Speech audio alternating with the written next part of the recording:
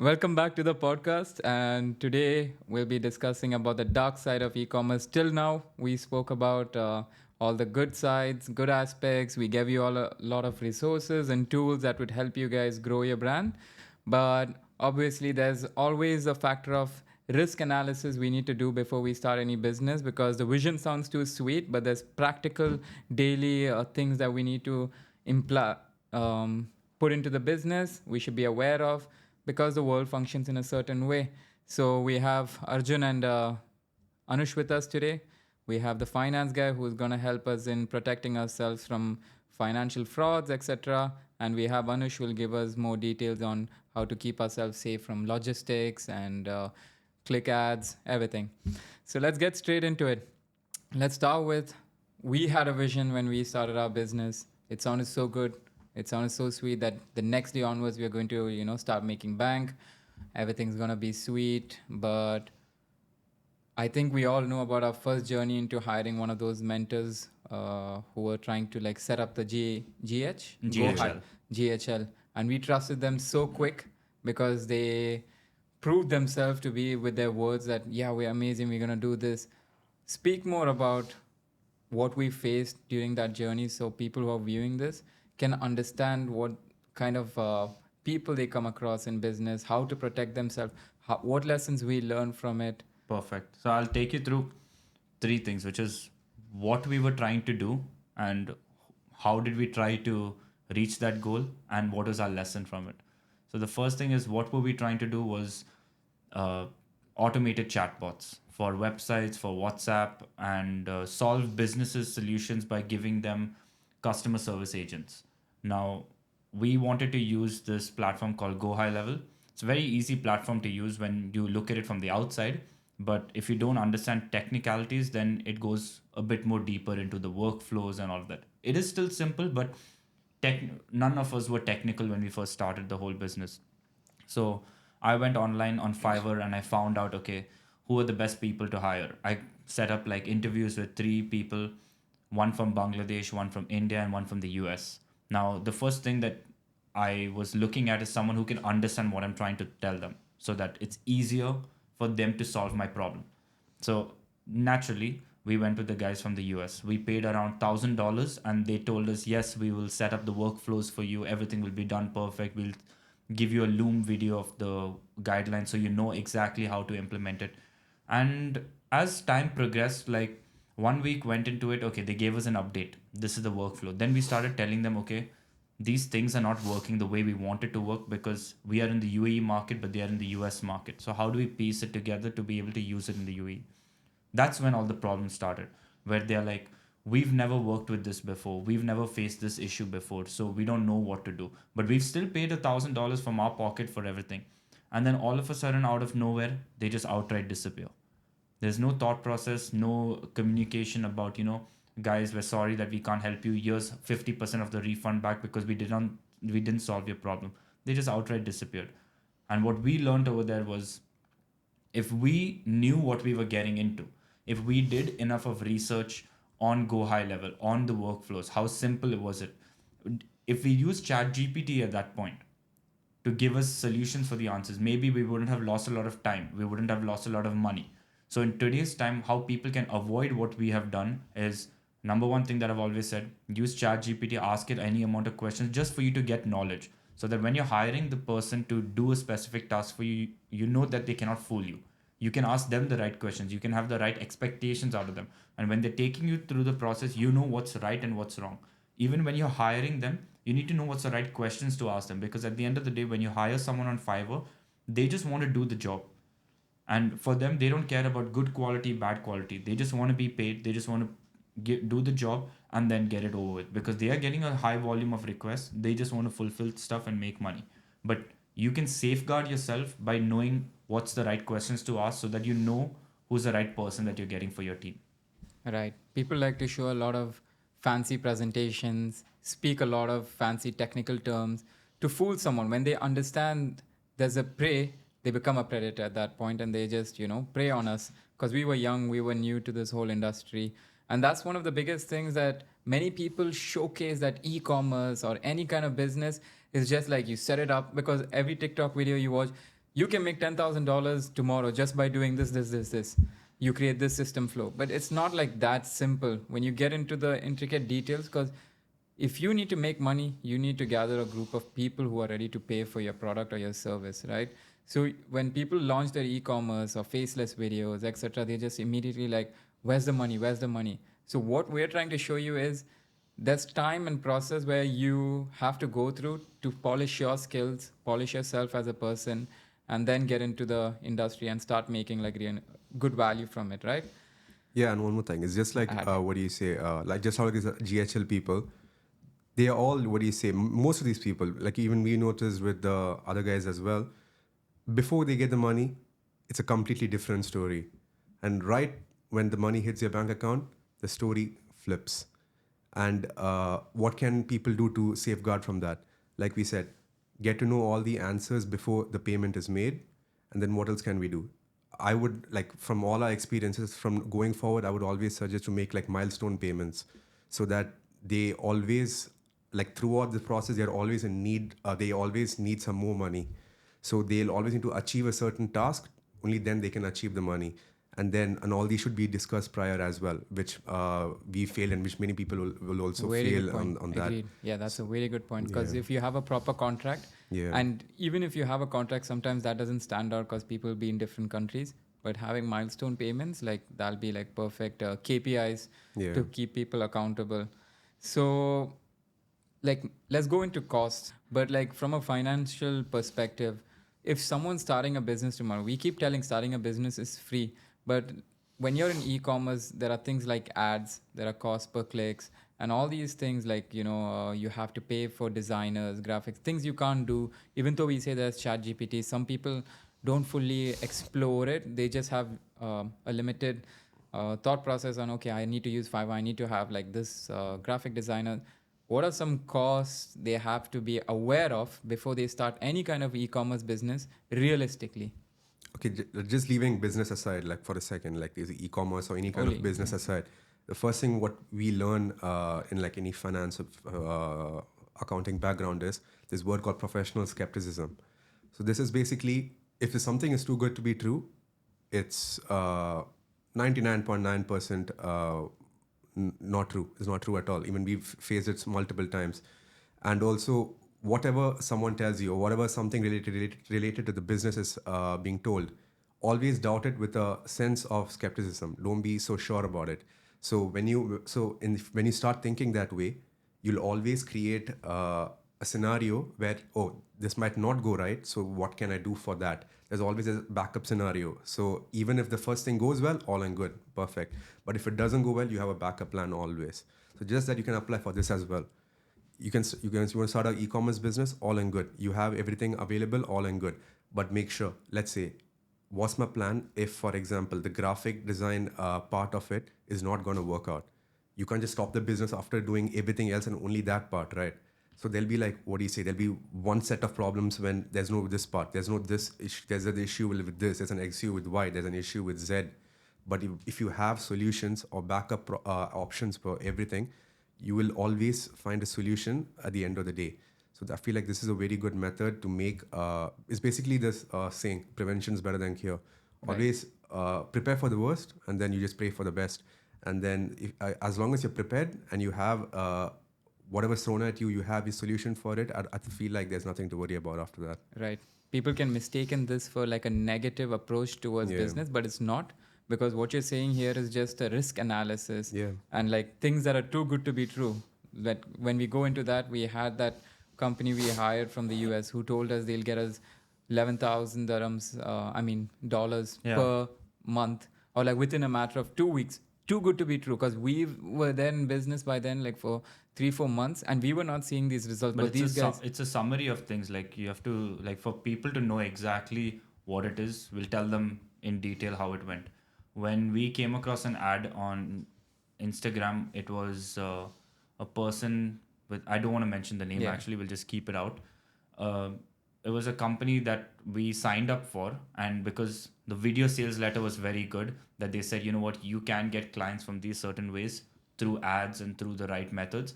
So we signed up. We got onto the first call with them. The first call with them went into a direction where it was more about a sales pitch. And we understand what sales pitches were like, but we didn't fully understand it back then, how it was done and how the business model was run.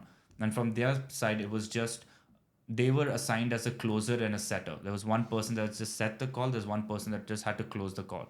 So they would say whatever they had to say to close the deal, which is, it could be enticing words like, we have worked with X amount of people in the past, we have worked with big names in the industry, we have got them these many number of things. And then they would lead it up with, if you sign with us within the next 2 weeks, you guys will be set with at least 15 to 20 meetings. So to us as business owners, we're like, okay, fine, time is off our hands, we don't have to do anything, these guys will do everything for us, because they're charging us how much? 2,500. It was $10,000, which is split in four payments for our benefit, which they said, you pay the first quarter, which is 2,500. Once you see results, you start paying the rest. So we said, okay, fine. And we explained to them, we don't have resources to appoint as a headcount. You guys will have to do everything for us because we are paying this. But as soon as they appointed us our account manager, she started telling us, this is the course. Please go through the course, learn it as a university course, and then you start applying it. And we have daily calls, which is like group calls, and you can be part of it. And that's when it started feeling like this is not what we signed up for. What we signed up and what we paid for was a personal account manager who would do everything for us, set us the call so that we can attend the sales calls and close things. While in that process, we ended up having to do all the work despite us paying. And whatever information they were showing us was already readily available online. It's just that we never went down that route to go and find it. But we got roped into a sales route. So the good things and the bad things is, because the sales call was recorded, we had proof that we were given misinformation leading up to the call and leading up to us signing up for things. So we, in the end, we won the case and we got our money back as a refund. But the valuable thing is what we learned in that process. We learned the art of sales. We learned how do you use meta ads in the right way to target the right people. These are the things and concepts that we learned. But again, how can people avoid this happening to them? Number one thing is, don't trust everything that you see that comes as an ad format. Because if you see something that's come to you as a sponsored ad, it was meant to come to you. There is someone that paid a specific amount to Meta to bring this video to you because they realize you would be the right person. So don't fall for that all the time. You want to buy a product, fair enough, but don't fall for a service where someone says, I can help you grow your business from year to year. If they have already grown their business from here to here, they wouldn't be putting out an ad saying, I will help you do it. That's how they are going to make money, which purely means their business model is not making money. So they are going down the other route to make money through you. So these are ways how you can identify. Like for us, we don't make we don't push out any sponsored ad to people saying we will help you grow your business from year to year. We just have a free for all podcast where people can trust what we are saying. We're here to give them all the information. If tomorrow someone wants to start a business, we are willing to guide them. Do we want anything in return? No. But when there is something valuable for our time that we put in, which is why we're very specific with the clients we pick, because we don't want to take 100 clients that pay us $1,000 a month. We would rather take 5 clients that pay us $10,000, that we have a bigger impact on their business, because our time is valuable for money. And at the end of the day, it's a quality of work that we've decided to come together and do. We're not here to do admin work for somebody, create their Shopify store like admins. What we're here to do is actually scale a business and add value. And we're willing to work with businessmen that actually have a vision in mind. If you have a long-term vision, a 2 to 3 year plan, we're willing to work with you. So these are things that how people can, weave out all the bullshit that's there online and try to find what are the real stuff that is there. So sponsored ads that come to you for, we will help you close deals, we will help you set deals, don't fall for it. Ignore it, scroll past it. It's just another content on your feed. Right. This is how you told financial skepticism comes into play. Like realizing what is too good to be true, because if it was too good to be true, everyone would be doing it. Money would be coming in so easily for these businesses. They wouldn't be even wasting their time to make these videos. Now, when it comes to chargeback fees, right? Like you set up an e-commerce store like on Shopify, people don't realize there's like chargeback fees from the cards that you put in Stripe. Speak more like from a financial perspective. What fees can they expect when they have like an e-commerce store? Because there's like membership fees, they have renewal per year. What people think is like, oh, I can just set it up for $1. I'm not fully aware of what things like these expenses come, because you usually take care of financial parts of our e-commerce business. So speak more like from your best awareness and knowledge, what we can expect.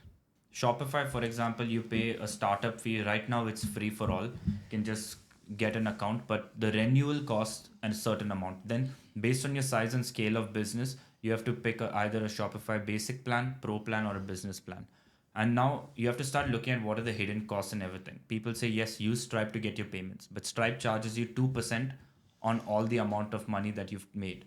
Like you link your bank account to Stripe. Let's say you've made $10,000 for a month. Stripe will charge you 2% of $10,000, which is $200. So you will actually make net $9,800 that come to your bank account. Why is this important? Because all of this goes into your margins. You have to, at the end of the day, as a business owner, you have to understand what is the cost of the product that you're buying it at versus what is the selling price of the product. What is the margins that you're actually making? And your margins have to include your renewal costs. So now I'll give you a set of all hidden costs that I've witnessed in the past 1.5 years. Your setup cost, number one. The second thing is your Stripe fees. The third thing is your domain renewal. Usually people buy a domain and they buy it from GoDaddy and they put it for like a 5-year plan, which is fair enough. But then along with the domain, what happened was we bought emails.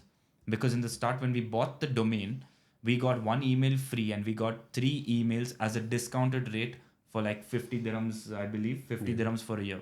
But after 1 year of using it, the renewal per email came as 500 dirhams. So to us, in our financial year, it charged us around 3,000 dirhams to renew our domain, to renew 4 emails, and to renew our certification for the website. So these all are like hidden costs that you don't actually see, but 3,000 dirhams that comes out of nowhere, and along with your trade license renewal fee. So it's like 5,000 dirhams that comes out of nowhere for you, and you've not accounted for this, you've not seen this, because all of this, when you're buying it up for the first time, comes in a very beautiful format as pay the cheapest price for 1 year. But calculate what is your 4 to 5 year business plan. How much is those emails going to cost you for the next 4 to 5 years? Then, other than these logistics costs, that's a very important thing. You need to understand which service provider you're going with to handle your entire logistics, and how much is that going to cost you as a percentage on your business.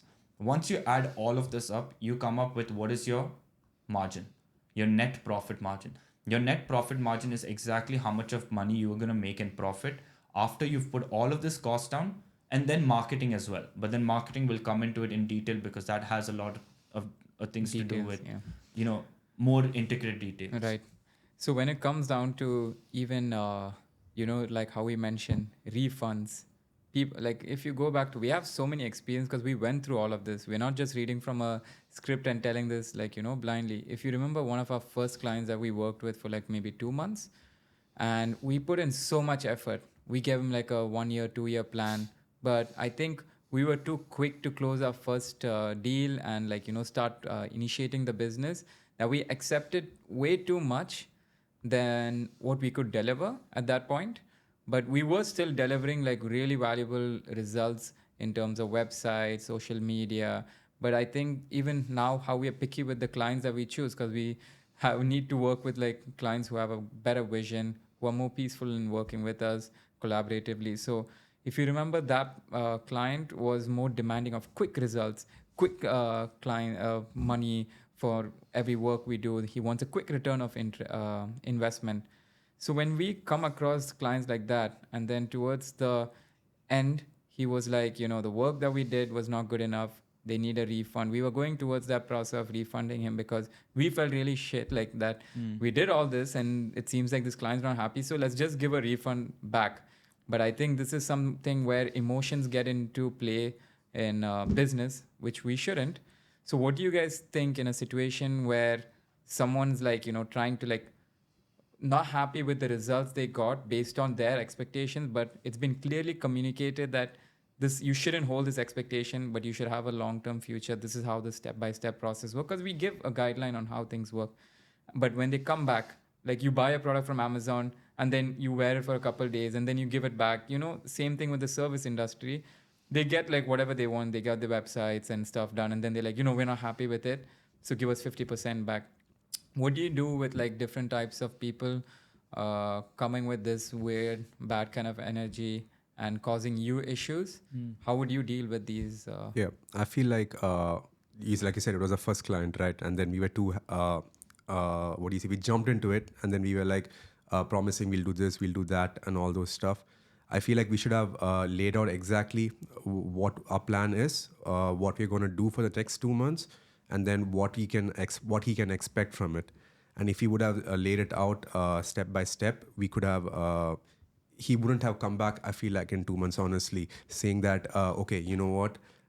Okay, this is the issue. And then, because we've already explained it to him, get it? Like, if he would have given him I feel like what we did is, we told him we'll do all the work, but then we didn't give him a ballpark figure of like what to expect, or what the numbers are. You can maybe expect your reach from here to here. You can maybe expect your numbers to increase from a little bit from here to here. So then again, but at the end of the day, if a client comes back, it's a service industry, is nothing which is tangible, which you can hold and compare. So it's a service industry, and then as long as he has a right for the money back, we should always refund the money back. But then, even though if it's not the right thing, there's always a saying in the service industry. If you notice, there's many people put this tagline called "money back guarantee" if work not done right. There's a reason for that. There's a study been done on this. The reason they put this tagline is more than 90% of the people, even though they're not happy with the work, they don't ask for the money back still, because they know that these people have put in the effort. But the 10% obviously do, but the reward you get for just putting it out there in the ad is very big, and versus the amount you might lose from these remaining 10%. So that's a very good advantage of people putting this money back guarantee. But if they want to still go with the refund, all and good. But what can we do from our side to protect ourselves from that? Right. Lay everything in the beginning. What can we expect? Okay, if you don't do this, maybe at the end of 2 months he goes like, bro, what the hell? My sales didn't go from 1,000 dirhams to 30,000 dirhams. Is that what we promised? No. But we can maybe say, you know what? We have a plan for 1 year. In the first 3 months, it's the initial stages. We can't expect much improvements, but we are laying the foundation for the future. We expect the numbers you're seeing by the end of Q3 or Q4. If we say all this, that's how, best example, the client which you're using now with the bars. In the first 2-3 months, we were laying the foundation with the e-commerce stuff. We were not listed anywhere, and then just look at it now. How everything is. Imagine if they as I said, at the 3rd month, you know what, my SEO is not working. We are not listed anywhere. You know what, I'm done. If they ask for refund, okay, we would have to give it to them. But then we explained it to them in a very good manner. You know what, this is a budget for the year. This is what's going to happen in 3 months. The first 3 months, we're just laying the foundation. We're contacting everyone. We're going to get you listed here and there. And on the side, we're going to do SEO for your business. Which were not even ranked. And then the first 3 months, there was barely any improvements in that as well. That's become really good. We got listed everywhere. We're getting sales everywhere. So you might need patience, but as long as you communicate this to them, I feel like it's all good. Agreed. What do you think? Because you were working with this client very closely. It was one of the best lessons for you when you were going through sales. But what I can't agree is because he already laid out everything. We had communicated to clients, and this is one of the biggest issues. You communicated with clients, but clients have their own perspectives and their own assumptions about business and how it works. They must have got like some results in the past, because it was constantly like, we were getting that, oh, I did this in the past and I got this result. Like, even though you communicate, and this is not where we can always accept refunds. That's your strength as a So what business owner, happened right? back then was, at least one thing that I realized from that was, from day one, I'm very clear on my plan when I take a client on. And my plans when I take a client on is not, you're going to get work done for a month. Because I'm not here to take on clients just for like one specific month. I'm here to take clients on for a specific year. So I build a plan for them, because all the hard work and effort that goes into the 3-month and 6-month and 9-month plan leads to the results in 12 months. Now, when clients come and say, we've done things in the past and it's worked this way, we want you to do it again, Never agree with that, because what's worked in the past will never work in the present, and it can never work in the future, because trends keep changing. Human psychology keeps changing. The way content is exposed to people keeps changing. When content keeps changing, you have to be up to date with trends. So what Google Ads would have worked in the past will not work today, because the people that were reaching out to you from Google Ads in the past, they have become more well equipped to using Instagram today. Do you know who those people are? No. So what makes you say that in the past it worked? So when I tell people, this is the plan, this is what we have to follow, and they keep coming over my head and saying, no, but I need results today, I need results tomorrow, that the lesson that taught me is, I'm not interested to work with a client like this. Because tomorrow, if I am a client for somebody else, I don't sit on their head. If they come and tell me, Anush, this is what I'm going to do for you from today for the next 12 months, this is my plan, allow me to do this, go ahead and do it, but provided week on week you are delivering on what you have said. If you're not delivering on what you've said, then all you've done is you've just chatted it up, not delivered. So how do I trust your word? So for people to avoid these kind of mistakes in the future when you're going from a sales perspective is, number one, never oversell and underdeliver. Always keep your expectations low to a client, but over deliver. You're always in a much healthier position. When you're going from a client side, never expect quick instant gratification. That's never going to happen. In e-commerce, that never happens. It's the same concept. If I put a protein bar in front of you, but I don't give you any information about it, and I just hold the packet like this, it's silver in color, you will not eat it. None of you will eat it. But the minute I start putting a packaging on it, which shows 55 grams of protein, this is the brand name, this is the artwork, you're at least intrigued. But that's how you change customers' intention.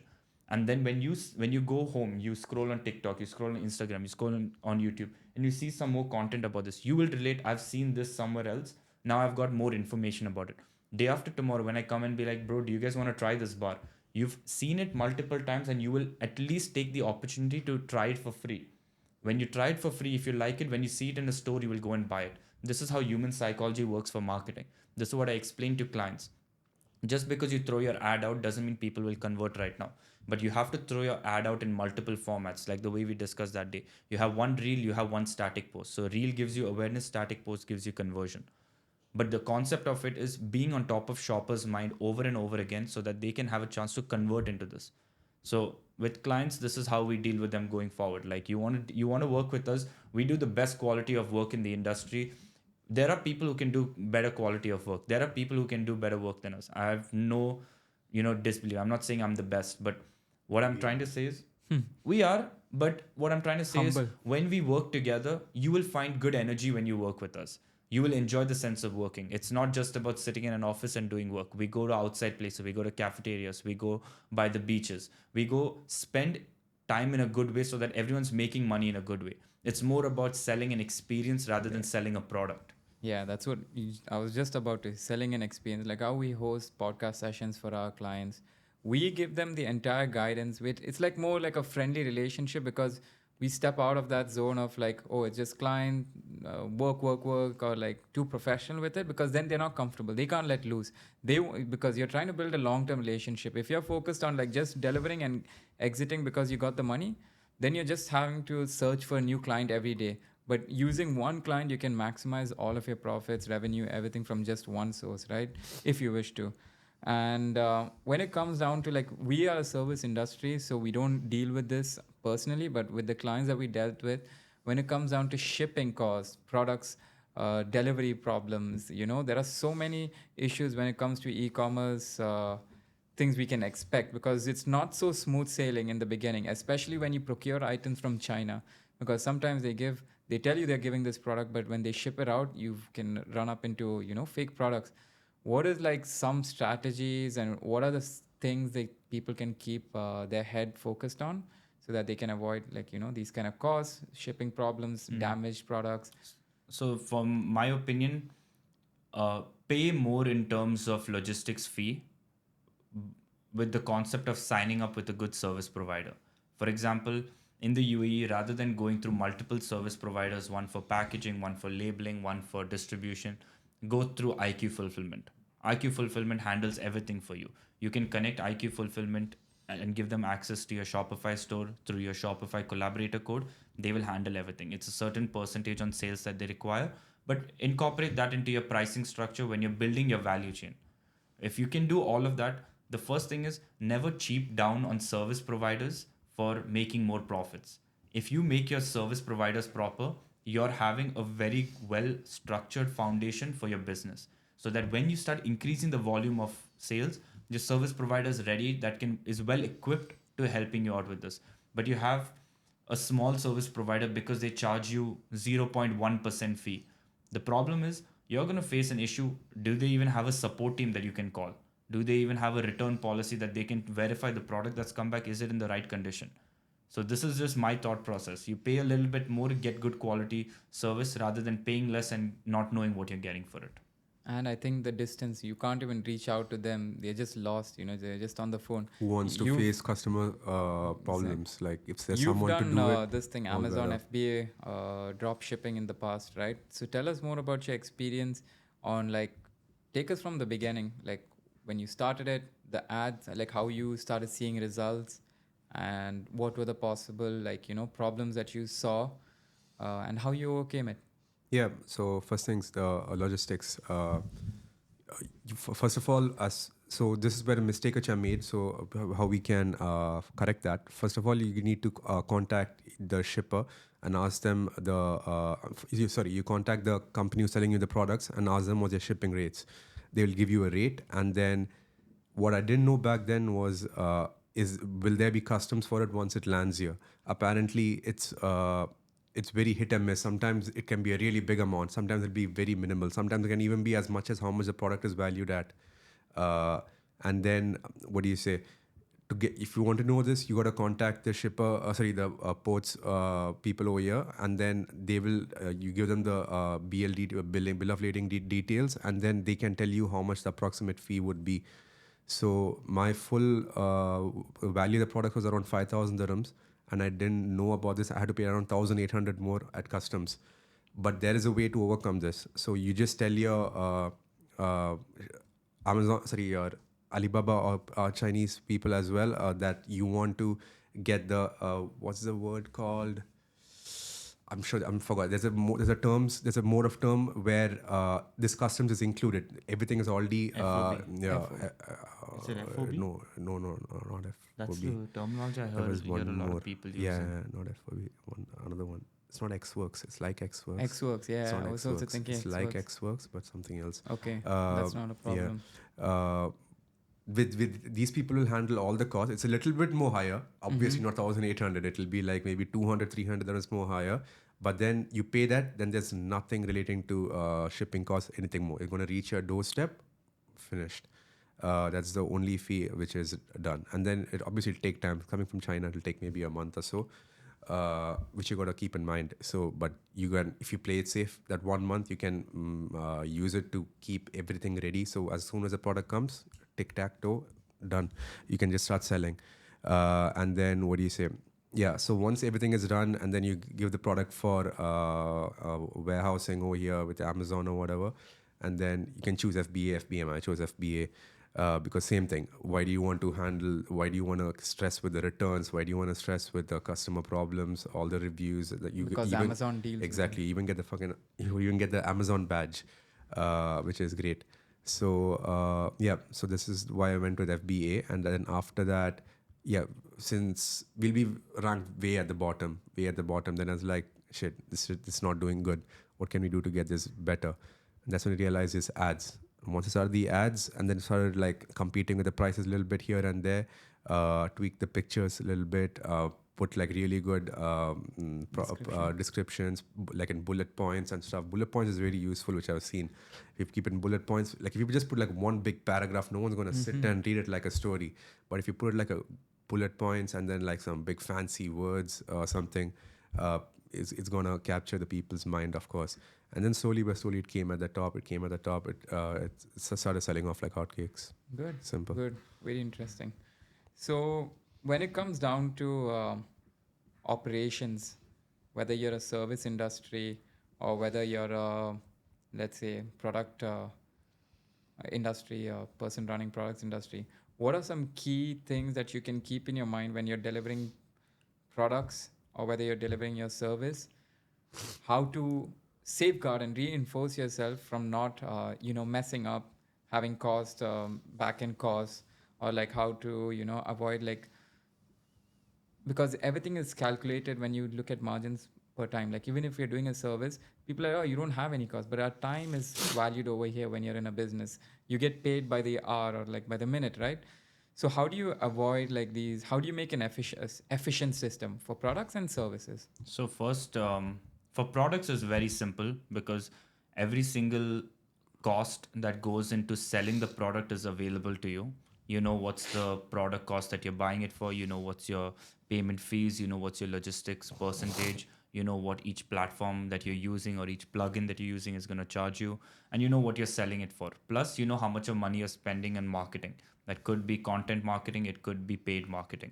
Now, the one thing that people actually don't look at is customer acquisition cost, because that is something applicable to product based businesses and service based businesses, which basically means what is the cost that you will pay to acquire a customer. So, let's say in a month we run ads worth 1,000 dirhams. Okay, 1,000, let's keep it as $1,000. And one client, if we sign on one client, we get around, we charge them 5,000 just for the sake of it. So we need to calculate how many people have we reached out with the ads that have actually clicked on the link, and how many of them have we converted.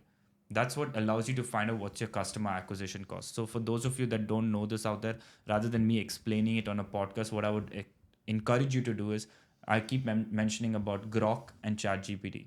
Open Grok, open ChatGPT, ask it, this is my business model. This is how much, if you're a service based business, these are who you're targeting. This is how much you're aiming to sell your service at. And this is what you're going to do for that service. When I'm going to run ads for, let's say, $1,000, I'm keeping a budget for a month. What is my customer acquisition cost? So then based on that, you'll understand how do you have to run your ad? How much do you have to spend per day? Are there days where you can overspend? Are there days where you can over budget? And when you're running your ad, keep taking screenshots of your dashboard and putting it on ChatGPT or Grok.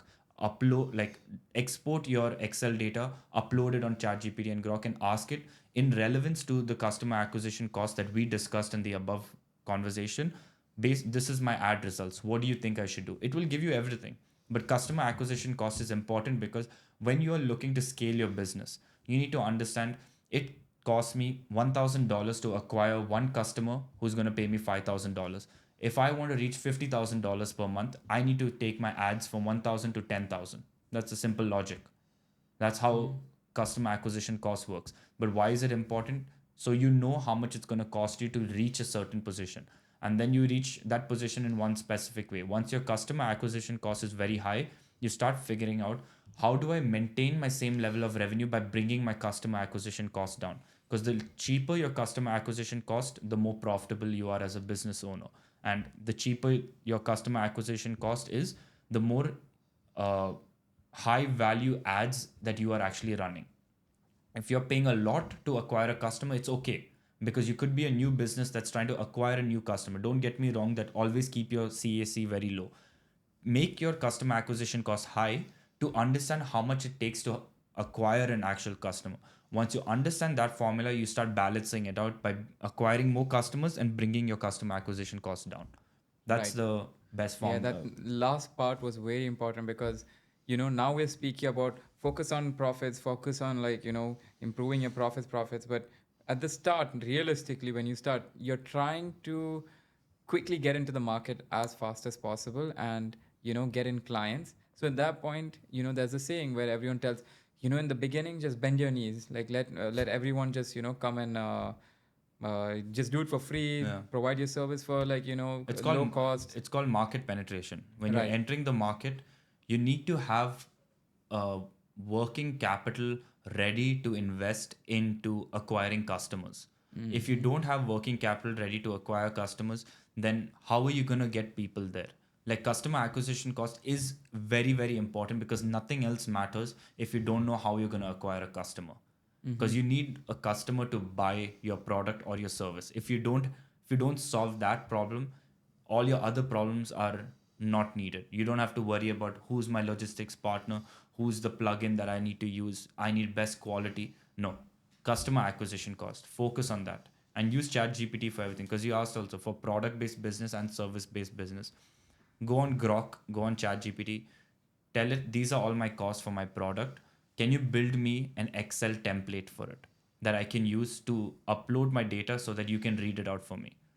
That's Right. it.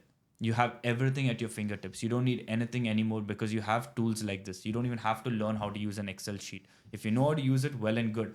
But if you don't know, this is your time where if a person who's like extremely dumb can become smart with ChatGPT, then why can't you use it for your business and save yourself so many number of hours? Right. So it's just maintaining a fine balance of CAC till you like, get a hang of it, and then you can like start playing with it. So it's good to just not like spend too much of your time and energy in serving the people, but like, just building that foundation for yourself. Is there anything that you guys think that we need to add on in terms of prevention before cure? Like how you told that people can, keep an eye out from your experience.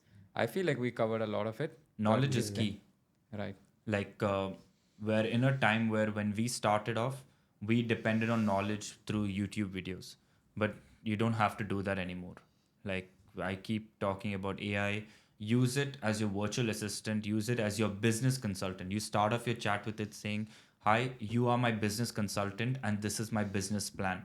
You're going to guide me throughout step by step to take me through a process where I want to, if you want to hire people, you mentioned saying I'm looking to hire people, what are the key questions that I have to ask? Use AI as your business consultant and then you will be well taken care of. And knowledge is key at the end of the day. If you know what's the right questions to ask, you will be extremely ready when someone's trying to fool you. And in business, keep in mind, people are always out to get you because it's a money world. And for money, everyone will step on each other's toes. But it's okay when it comes to a point where you know what you're doing with your brothers, you know what you're doing with your friends. It's fine. But you don't want to be in a position where you're taken advantage of, because your name and reputation is very important in the market. Keep your name strong, keep your service quality high, and keep your number of clients low. Do good quality work for less number of people rather than shit quality of work for a lot of people.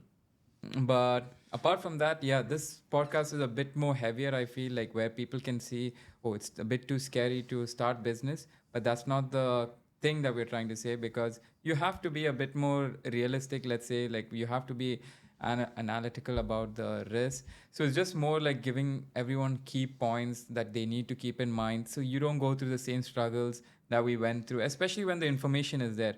Don't be juvenile. Don't go into the same process. It's okay, I'll just test it out. You can test out something else somewhere else, but avoid these falling steps and just level up. In other cases you can have many experience, but you don't need to jump face front into the negative experience for when there is information, especially in a day and time where there's chat gpt. I don't think there can be any mistakes because AI will never make mistakes. So you also shouldn't make mistakes as Yeah. long as it's present. Like you can even give your communication, like these video recordings, transcribe it, send it to Chat GPT. Tell us what your opinion is about this conversation. Do you think this person is legit? Do you think these guys will screw us over? And it'll actually help you. Yeah. Like, seems like this person has this, because it's just crazy what AI is able to do. It's like human consciousness integrated into AI. That's the best way to say it. And Elon Musk constantly talks about this too. Yeah. And I So think people need to use Grok more often. Yesterday I saw a video that Grok has this feature of editing an image. So you can upload an image of a person or whatever. Let's take an image of a person just standing. You can say add a black hat to his head and it will add a hat directly on his head, very crisp HD quality. You can load it in 4K. So this is the power of where we are moving into, and people are not capitalizing on things. Like I don't mean for people to actually use this to a way to be the smartest person ever. Like Arjun said, prevention is better than cure. Use Chat GPT or Grok in the way where you can prevent making mistakes rather than using it for the first step of going and scaling your business. Use it for a way to build your foundation.